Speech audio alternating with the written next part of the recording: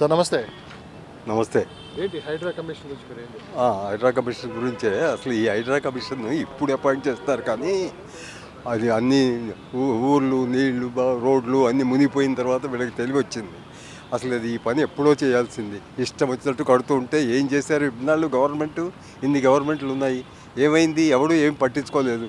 ఇప్పుడేమో ఇది పట్టించుకునేటప్పుడు ఒక్కొక్కడు అబ్బో నాది కొట్టేశారు పెద్ద పెద్ద బడాబాబులు.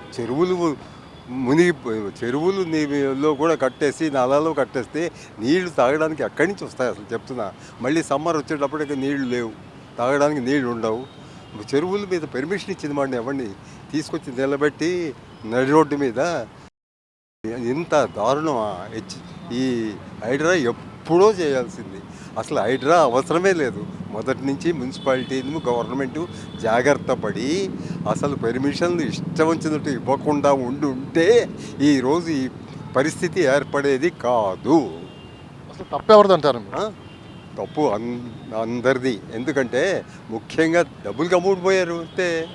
రియల్ ఎస్టేటు అన్నీ అందరూ కుమ్మక్కయి తెలుసుండి చేసిన పని ఇది. నష్టపోతుంది ఎవరు చేసిన పని ఇది? తెలియక కాదు, గవర్నమెంట్కి తెలుసు, మున్సిపాలిటీకి తెలుసు, అందరికీ తెలుసు. ఇప్పుడేమో కళ్ళు తెరిచారు. ఏమైంది? మునిగిపోతుంది కాబట్టి ఇప్పుడు కళ్ళు తెయాల్సిన పరిస్థితి ఏర్పడింది. ముందే జాగ్రత్తగా ఉండుంటే ఇటువంటి పరిస్థితి వచ్చి ఉండేది కాదు కదా. లేకపోతే నాలాల మీద ఇప్పటికీ అమీర్పేటలో బిఎస్ఎన్ఎల్ ఆఫీస్కి ఎదురుకుండా నాలాలు రోడ్ మీద కట్టారు. ఎవడు పట్టించుకునేవాడు లేడు. మీరు చూసిన హైదరాబాద్ ఒకప్పుడు, ఇప్పుడు హైదరాబాద్ ఎలా ఉందంటే, నేను 1953లో స్కూల్లో చదివేటప్పుడు హైదరాబాద్కి ఇప్పటికీ చాలా తేడా ఉంది. డెవలప్ అయింది, అదంతా బాగానే ఉంది. ఆ రోజుల్లో అర్ధరాత్రి ఎవరైనా మనిషి అర్ధరాత్రి రోడ్డు మీద వస్తే నిర్భయంగా రోడ్డు మీద రావడానికి స్కోప్ ఉండేది. ఇప్పుడు మగవాళ్ళే రోడ్డు మీదకి రావడానికి భయపడుతున్నారు. ఎవడు కొట్టేస్తాడో, ఏ స్కూటర్ వాడు కొడతాడో, ఏ బండి వాడు కొడతాడో, ఫుట్పాత్ మీదకి వచ్చి కూడా డ్రైవ్ చేసి అనేది. మొత్తం మీద హైదరాబాద్ అప్పటి నుంచి ఇప్పటి వరకు నాలాలు కావచ్చు, చెరువులు కావచ్చు, అప్పుడు ఎలా ఉండేవి, ఇప్పుడు ఏ విధంగా ఉన్నాయి?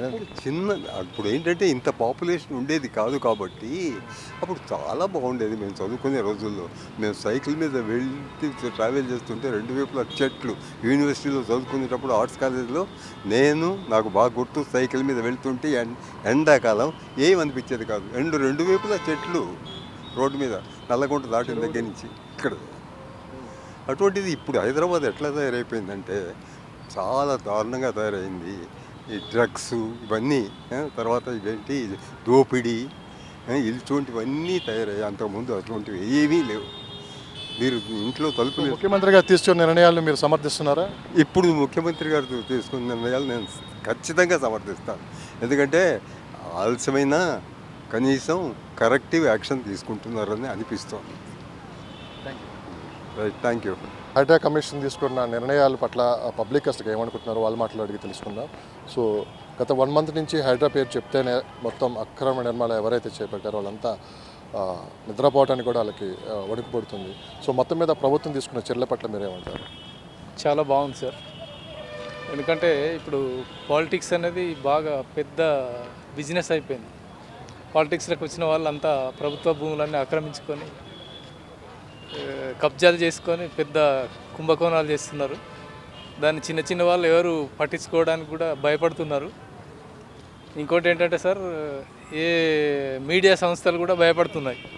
ఎందుకంటే వాళ్ళ దగ్గర అన్ని అంగబలాలు, ఆర్థిక బలాలు అన్నీ ఉన్నాయి కాబట్టి వాళ్ళకి ఎదురుపోవడానికి ఎవరైనా భయపడుతున్నారు. చాలా మంచి నిర్ణయం తీసుకున్నది. ఇంకేదో రాష్ట్రంలో జరుగుతాయని అన్నారు కదా సార్, ఇక్కడ మన ఆంధ్రప్రదేశ్లో కాకుండా కూడా ఇంకా వేరే ఎక్కడో దేశాల్లో జరుగుతున్నాయి అన్నారు.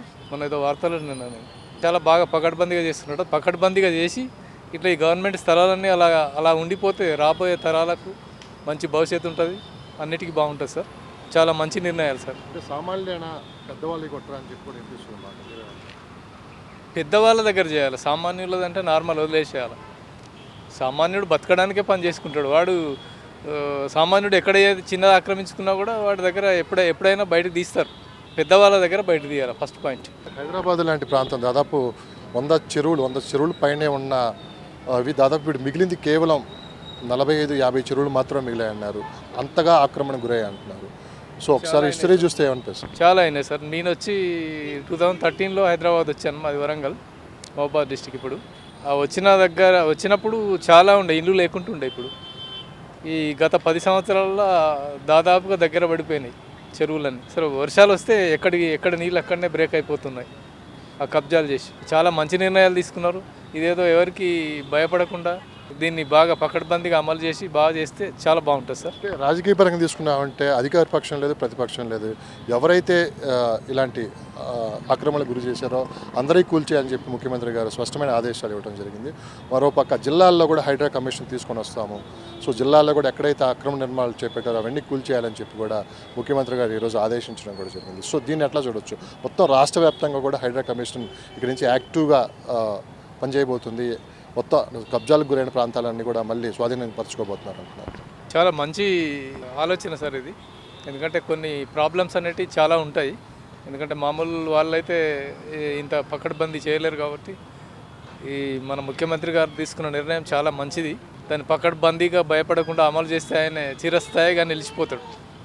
ఏ ముఖ్యమంత్రి చేయలేని పని ఈ ముఖ్యమంత్రి చేశాడంటే అందరికీ ఎప్పటికి గుర్తుండిపోయే విషయం సార్. సామాన్యంగా మీరు స్వాగతిస్తున్నారా ఇది? తప్పకుండా సార్, తప్పకుండా. చాలా మంచి విషయం. ఎందుకంటే ఆక్రమణ గురైన భూమి కదా సార్, అంతా గవర్నమెంట్ భూమి.